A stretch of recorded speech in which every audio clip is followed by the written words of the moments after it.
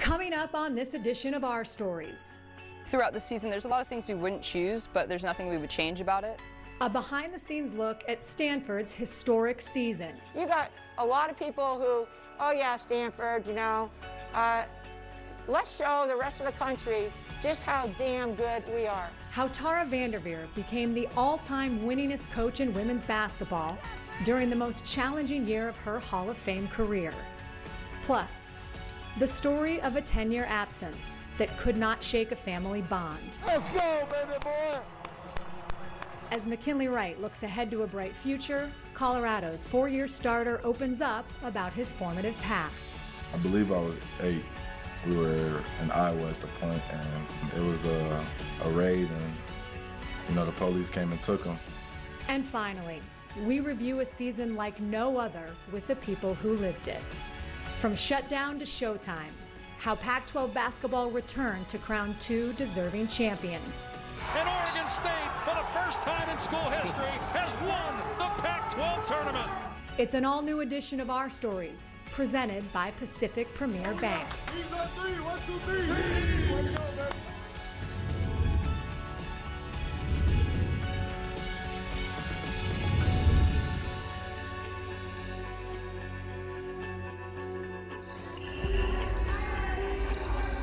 It's time to celebrate women's basketball. It may feel different, but you know what? The passion these players have put in makes us all celebrate again this conference and basketball. Not what we expected, but we are back. We're running over, we're jogging, we're not walking. All right, here we go. Behind the back. I don't know that I knew what to expect. Let's go! Come on, get low, let's get low. Here we go, Key. I told them from the beginning, you know, your middle name has to be flexible. We're gonna start out with a backdoor layup drill that's similar to what we've been doing in here, and then we add the other backdoor there. All right, so let's have a good one. Here we go. 1, 2, 3. All in, here you go. Having no familiarity with a pandemic or understanding a pandemic, it has taken a Herculean effort to have basketball happen. And, you know, you just have to appreciate every single day you go to the gym.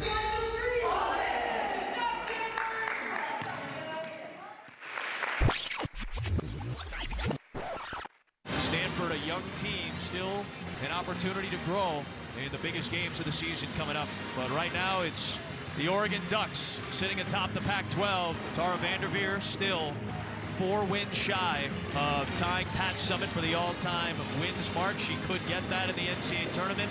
We all kind of figured we'd have at least one more. The NCAA has made the decision to cancel the men's and women's tournament. After being in the tournament every year, you just expect that it's going to happen. And we met with our team. We sat in a circle and we just talked about what a great year we'd had with each other and how we would never have the same circle again. And we never will. It took a lot to realize that, like, this year is going to be different. Good afternoon. My name is James Williams, and I'm the County Counsel for the County of Santa Clara. Thank you for joining us for an important update and announcement today with respect to COVID-19. For professional, collegiate, and youth sports, all recreational activities that involve physical contact or close proximity with persons outside of one's household, including all contact sports, will be temporarily prohibited. Someone sent in our group chat that our county was shutting down, and so we wouldn't be able to play indoors. And it was just panic, anxiety, just a little bit of fear here and there, just because that's something that's not in our control. For me as a 5th year, I was really upset that we weren't going to be playing in Maples. You know, this is a year that I expected to be here and have fans. I think the biggest thing was just kind of the emotion of not being able to play at home. When we were, told that, hey, we're not going to be here, we're like, okay, what can we do? All right, let's pack our bags. We're going to go to Las Vegas. Certainly unusual circumstances as Stanford has been forced to relocate from Palo Alto to Las Vegas. We just kind of took it in small pieces. All right, let's get through this week. All right, let's get through next week. All right, let's get to Christmas. You can never relax. You're always stressed. There's just stress of, are we going to play the game? Are we going to make it through the game? Glad that you are with us from the County Kaiser Permanente Arena in Santa Cruz, California, about a 45-mile drive from the Stanford campus. Of course, the Cardinal having to make Santa Cruz its home due to health directives in Santa Clara County. This is where the family and the community of your team really shows. To support these young adults through this time, you need great leadership, coaches leading the way, and this is where you really need it to be a sisterhood. It was a lot to navigate, and I'd imagine that in some ways that process was hard, but also strengthened the bond. Levy turns. The left-handed scooper go. That's what makes Stanford so special. So we just took it in little chunks, and then the little chunks and started adding up, and all of a sudden it's 7 weeks in a hotel. And the journey has all brought us here. Tara, a win away from tying the late great Pat Summitt here tonight for the most wins in women's college basketball history. You got to bring it. You've got to just play with joy, play for each other. Who is the better team today?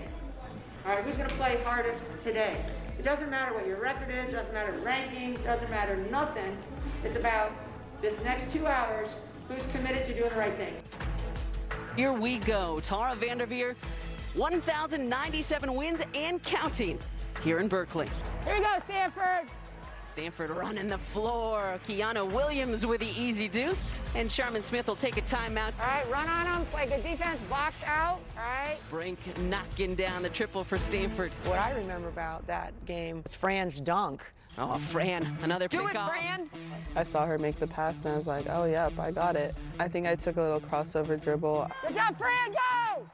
And then I definitely remember, like, oh, if this crossover works, like, you're ready to go. Here comes Beliebe. Fran Beliebe, you better believe it, baby! A sophomore with a slam dunk tonight here in Berkeley. I felt it. Yeah! Woo! Good job, Fran! It was pretty exciting because that was her first clean dunk in a game. You know, I said, well, Fran, you know, this is like this, you know, record-tying game, and all we're going to remember is, you know, your dunk.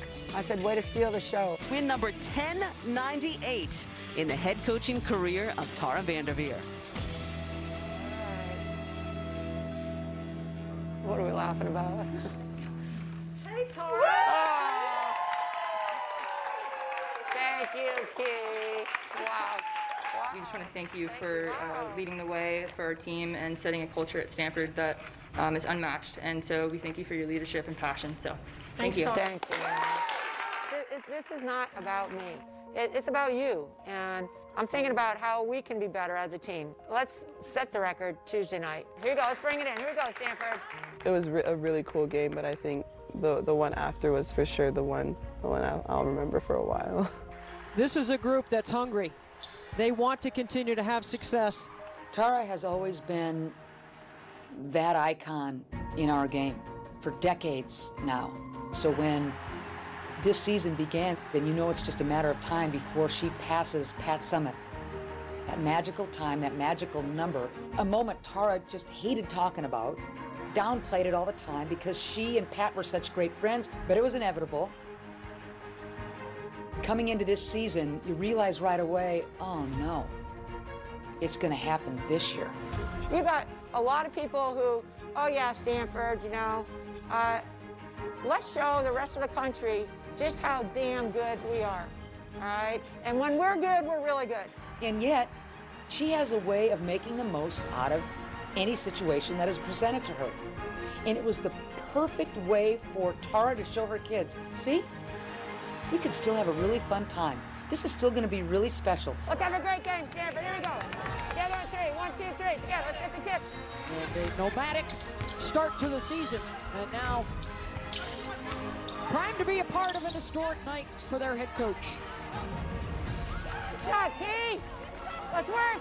Let's work. It was a great game because everyone kind of was able to come in and make a contribution. Here we go. Let's go, Black. Here we go, Black. For us as a team, minus the coaches, it was like, okay, like we're doing this for Tara today. Come on, Fran! Go hard! Good job, Fran! Here you go, Black! And the #1 team in the country will improve to 5-0.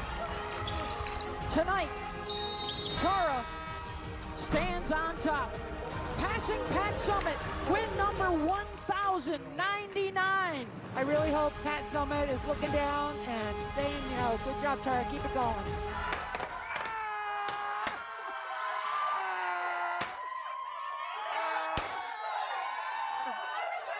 Wow. You know, we were on Zooms all spring and summer, and to be in this room with you is so special. You're the people that I want to be a great coach for. You're the people that I care about.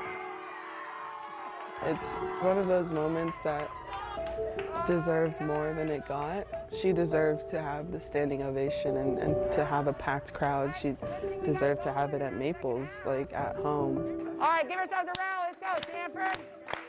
When I saw the celebration of Tara becoming the winningest coach in women's college basketball history, what struck me was how the players responded, how happy they were for their coach. All in on three. 1, 2, 3. All in. Regardless if there were thousands of fans in the stands or if it was just a locker room with her current team, I'm just so happy and proud that Tara Vanderveer is getting her flowers and gets to reach this moment. It is so hard to do what she did. Being really good at your craft is hard. Being excellent is hard. It's even more difficult to sustain that over the course of years, over the course of decades, over the course of time. All in on 3. 1, 2, 3. All in. Good job. I'm exceedingly proud of how our team has handled the adversity. What I tell our team is that, you know, there have been 488,000 people in our country that have died of COVID. As tough as it is, you know, for student athletes and coaches, we know that we are living a very privileged life. And I remind our team that look at our life compared to so many people and be thankful for that. We welcome you to Maples Pavilion for just the second time this year and the first time in over 2.5 months. Throughout the season, there's a lot of things we wouldn't choose, but there's nothing we would change about it. We really learn a lot about ourselves and what we can handle and what we can come out on the other side with. 62-48 your final, and the Stanford Cardinal win the Pac-12 regular season title. Everything about Stanford is special to me, and I take great pride in coaching at Stanford, and you know, you just have to kind of pinch yourself sometimes, you know, and enjoy the moment, enjoy being with the team that you're coaching.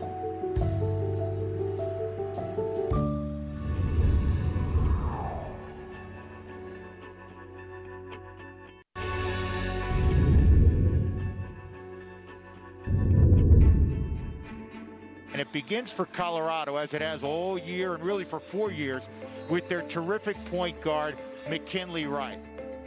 My name is McKinley Wright IV, and I'm a senior point guard for the University of Colorado. One thing I know that all the coaches love are his intangibles. Takes the contact. Count it and foul.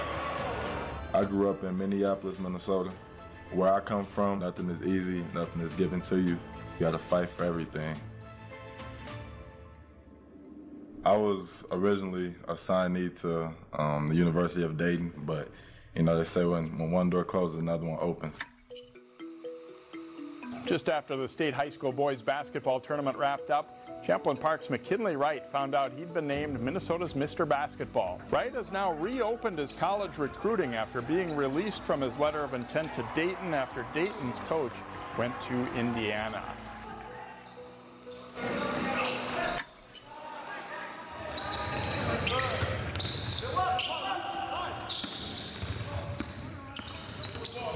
During the early signing period that year, we weren't even recruiting guards. You know, as the season goes on, things change. So now all of a sudden we're in the market for a point guard and in a little bit of a desperate situation. And my assistants gave me like seven names, a couple of sleepers, a couple JUCO guys, and at the bottom was McKinley Wright. So I called McKinley, and I remember talking to him, and I'd never seen him play. I'd never seen tape on him. I just knew that he was back on the market. So I said, listen, if you're really serious about Colorado, you know, I'll be on a plane tomorrow morning. Mr. Boyle was somewhere in Mexico on vacation, and he was here like Speedy Gonzalez. You know, I took a visit here. I had 2 more visits scheduled for after this one, but I canceled them. I kind of refer to it as a shotgun marriage that turned out beautifully.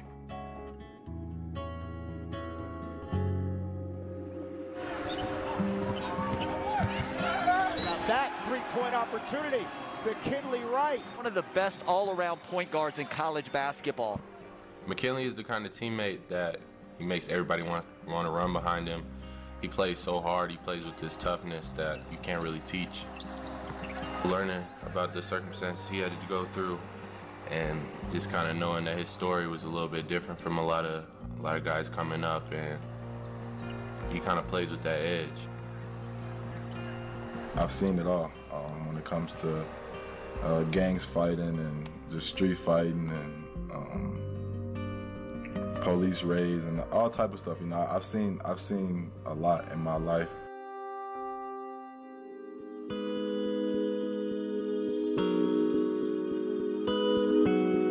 He was a really sweet kid.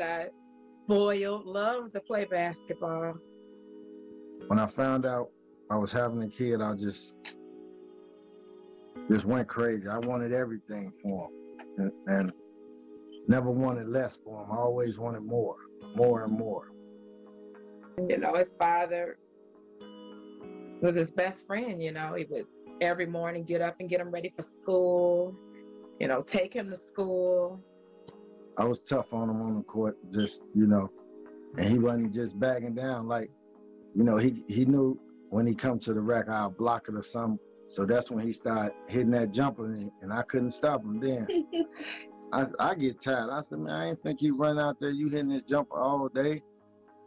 So that was it.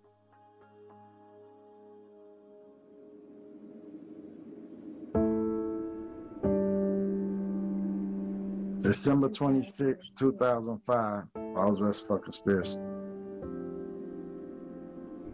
I believe I was 8. We were in Iowa at the point, and it was a raid, and you know, the police came and took him. No, he really didn't understand what was going on, but I had to just explain to him, like, don't worry about me. I'm gonna be okay. I got me. What I need you to do is take care of Mom. No, I didn't know how long he was gonna be going away, and I was just, you know, hoping every day, like, he coming home, but that wasn't the situation. He struggled with his dad's absence. He cried a lot. He, you know, the visits behind the wall, you know, he didn't ever want to leave. I just like, man, just hold on, I'm coming, man. Keep doing what you've been doing. Straight A's and B's, and keep that ball in your hand. Play ball. That's what you love. He like, yeah, I love basketball. Keep it going. I'll be there. A lot of times it seemed like someone abandoned you, but I don't feel like we lost our connection. I just feel like it made us stronger. We kind of ricocheted off each other. You do good, I'm gonna stay good. Boom, and that's how we did it. He was gone 10 years plus. He missed a lot, but you know, as I've gotten older, you know, he told me the release day he was coming home and all type of stuff like that. So that was a big time day. You get out early in the morning, like 7 o'clock. I think I probably was up at 4. And I'm sleeping in the hotel, and he woke me up. And I'm like, oh, like. Turn around, he out there, and we just hugged and wrestled and stuff. I was shocked, you know, I was happy. And McKinley, God, he just, you know, he screamed for joy. He jumped up like a kid in a candy store. And we just was hugging and talking. He like, man, you here, man? I'm like, yeah, I'm here, man. I told you. And when he came home, it was like just like a new bond. Like, we're gonna let that go. You know, he promised, you know, he'll never go back, and you know, I took his word for it, and you know, we've been rolling ever since.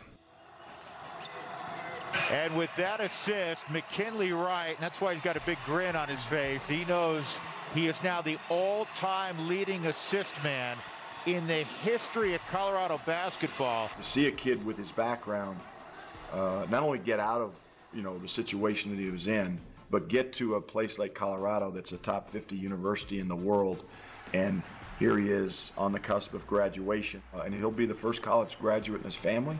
It's something he's very proud of, his family's very proud of him, and they should be. In the running for Player of the Year in the conference this year, he does so much for this Colorado team, the leadership, the production. It flutters my heart. Everything that he said as a child that he would do, he's doing it. I tell him all the time, I don't know how you did it. My boy was 6 when I left, and he was 18. He a young, mature, grown man, and successful, smart, in school. He made his own path. He didn't go down the same path I went down. That made me just a proud dad. It's a blessing to be here, dog. Like, I appreciate Coach Boyle for, coming out of his family vacation to come see me in Minnesota. My coaches, man.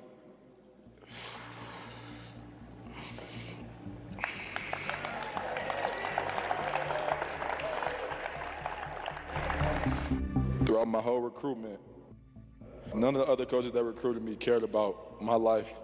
They just cared what I brought to the basketball court. Every single coach on this staff knows what I've been through and been there for me, man. So, thank you guys. Thank my coaches.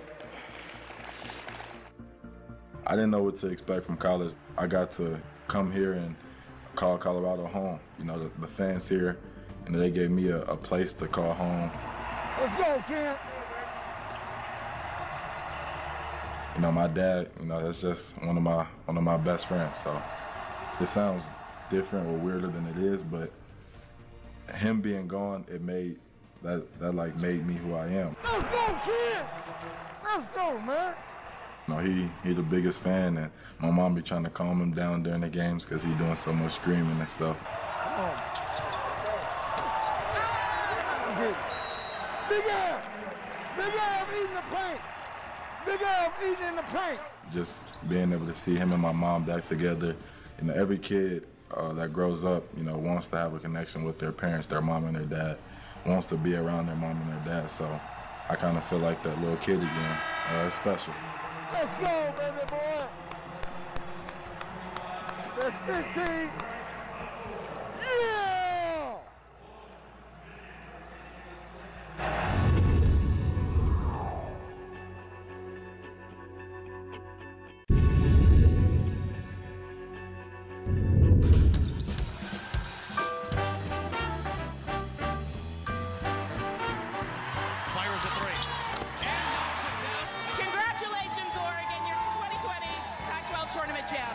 Last year, everybody was just so jacked up about being in Vegas for the women's tournament that when there were a few rumblings, talk about COVID, you kind of stopped and thought, whoa. Reluctantly, we came to the conclusion that we should halt for the moment our championships.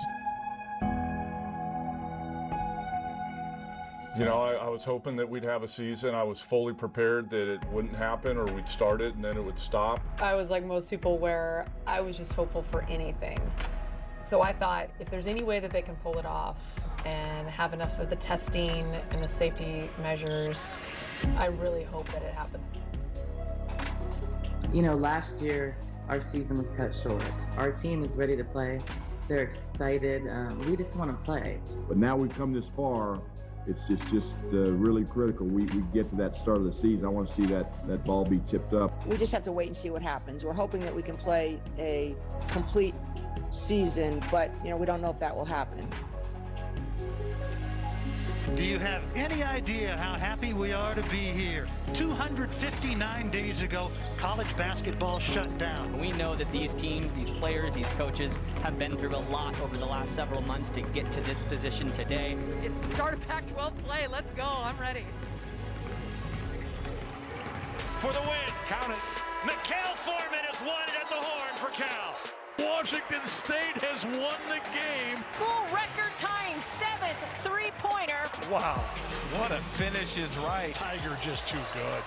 Once you got there and you were actually going to have a game and it wasn't canceled, it was pretty similar. So aggressive. Did Did you ever see the energy level come down from these kids? Never. And those kids, after a while, boom, they hit a groove. Wright in his grip. All the way for the jam.